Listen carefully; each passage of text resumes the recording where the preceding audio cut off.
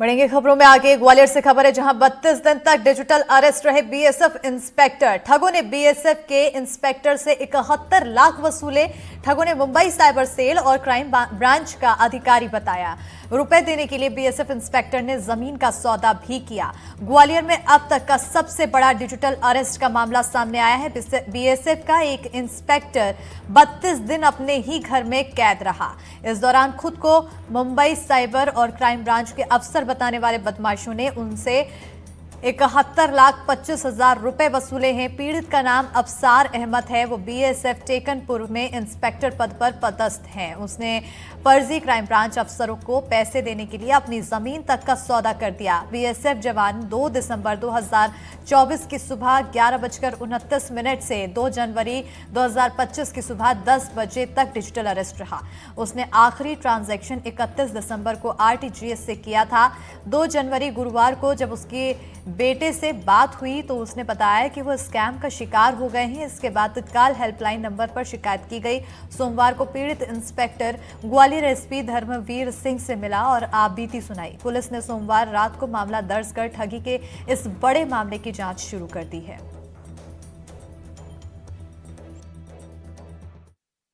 कार्यालय में अभी मिस्टर अफसार अहमद मिले हैं। इन्होंने बताया है कि ये इंस्पेक्टर के रूप में बीएसएफ एकेडमी पदस्थ हैं।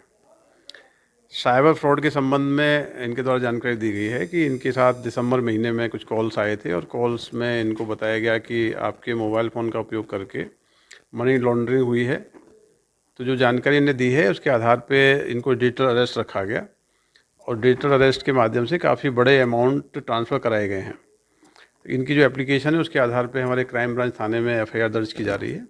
एफआईआर दर्ज करके पूरा इन्वेस्टिगेशन करेंगे किस प्रकार के ट्रांजैक्शंस हुए हैं और कौन कौन लोग इसमें इन्वॉल्व हैं।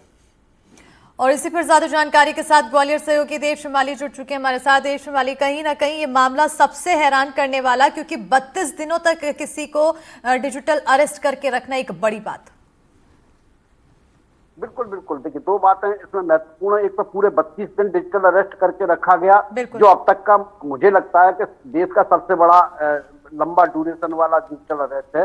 और दूसरा, जो ठग हैं, साइबर ठग हैं, उनकी अप्रोच बीएसएफ जैसे अति सुरक्षित इलाके में भी पहुंच गई है।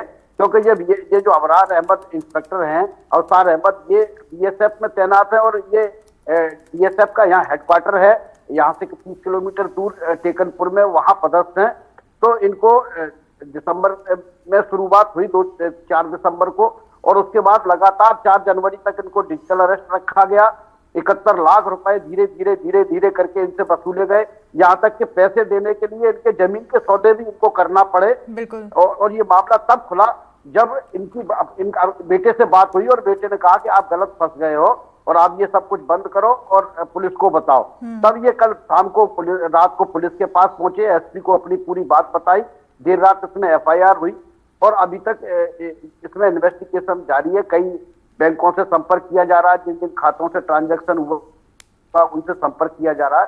लेकिन ये ग्वालियर का अब तक का सबसे बड़ा, ज्यादा दिनों तक चलने वाला भी डिजिटल अरेस्ट है और सबसे अधिक रकम 71 लाख रुपए ऐंठने वाला भी है। तो इससे पुलिस प्रशासन भी हिला हुआ है और मतलब जनता के लिए भी एक चिंता का विषय है। बिल्कुल। बीते दिन क्योंकि मध्य प्रदेश से ही एक मामला ऐसा सामने आया था जिसमें डिजिटल अरेस्ट के चलते सुसाइड किया था एक टीचर ने, और अब मध्य प्रदेश से ही मामला सामने आया है, ग्वालियर से मामला सामने आया है, जहां 32 दिनों तक डिजिटल अरेस्ट किया गया है। खास बात यहाँ पर यह है कि बीएसएफ के ही जवान थे, और ऐसे में सवाल ये बनता है कि जागरूकता की कमी यहाँ पर अभी कितनी ज्यादा कम हो चुकी है। बिल्कुल बिल्कुल, देखिए ये जागरूकता का ही मामला है। हालांकि सरकारें, सामाजिक संगठन लगातार प्रयास कर रहे हैं। ग्वालियर में हमने कल ही एक खबर दिखाई थी कि ग्वालियर पुलिस बैंकों के साथ मिलकर बैंकों की शाखाओं के आसपास पहुंचने वाले ग्राहकों के लिए नुक्कड़ नाटक के जरिए बता रहे हैं कि किस किस तरीके से डिजिटल अरेस्ट में लोगों को फंसाते हैं, साइबर क्राइम में फंसाते हैं। तमाम सारे विज्ञापन भी दिए जा रहे हैं। सामाजिक संगठन भी लगातार काम कर रहे हैं। जगह जगह लोगों को बताया जा रहा है, कॉन्फ्रेंस करके बताया जा रहा है, स्कूलों में, कॉलेजों में किया जा रहा है।